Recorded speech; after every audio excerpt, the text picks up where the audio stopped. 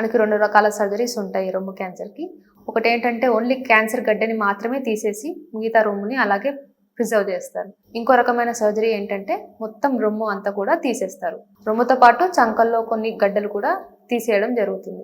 So ఒక్కొక్క పేషెంట్కి ఒక్కొక్కలాగా ట్రీట్మెంట్ ఉంటుంది. అదన్నీ కూడా ట్రీటింగ్ ఫిజిషియన్ డిసైడ్ చేస్తారు. సో ఒకసారి సర్జరీ అయిన తర్వాత ఆ సర్జికల్ స్పెసిమన్ అంటే ఏదో రొమ్ములో నుంచి తీసిన క్యాన్సర్ గడ్డ కానీ లేదా పూర్తిగా రొమ్ము తీసినట్టయితే పూర్తి రొమ్ము స్పెసిమన్ కానీ మైక్రోస్కోపిక్ ఎగ్జామినేషన్కి పంపబడుతుంది.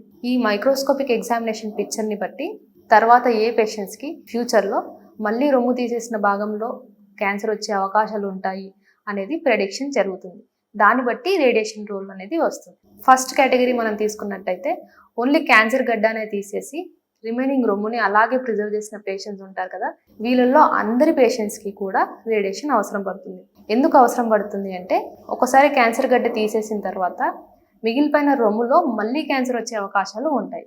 సో ఆ అవకాశాన్ని ఫ్యూచర్లో తగ్గించడానికి రేడియేషన్ అనే రోల్ మనకి వస్తుంది. సెకండ్ కేటగిరీ మొత్తం రొమ్ము తీసేసిన పేషెంట్స్లో ఏమవుతుంది అంటే ఆ తీసేసిన రొమ్ముని మైక్రోస్కోపిక్ ఎగ్జామినేషన్ పంపించిన తర్వాత ఏ పేషెంట్స్కి ఫ్యూచర్లో మళ్ళీ వచ్చే అవకాశం ఉంటుంది అనేది ప్రెడిక్షన్ జరుగుతుంది.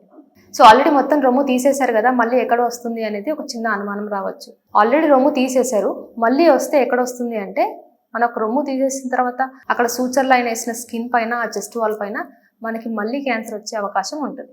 సో ఆ అవకాశాన్ని కూడా తగ్గించడానికి రేడియేషన్ ఇవ్వబడుతుంది.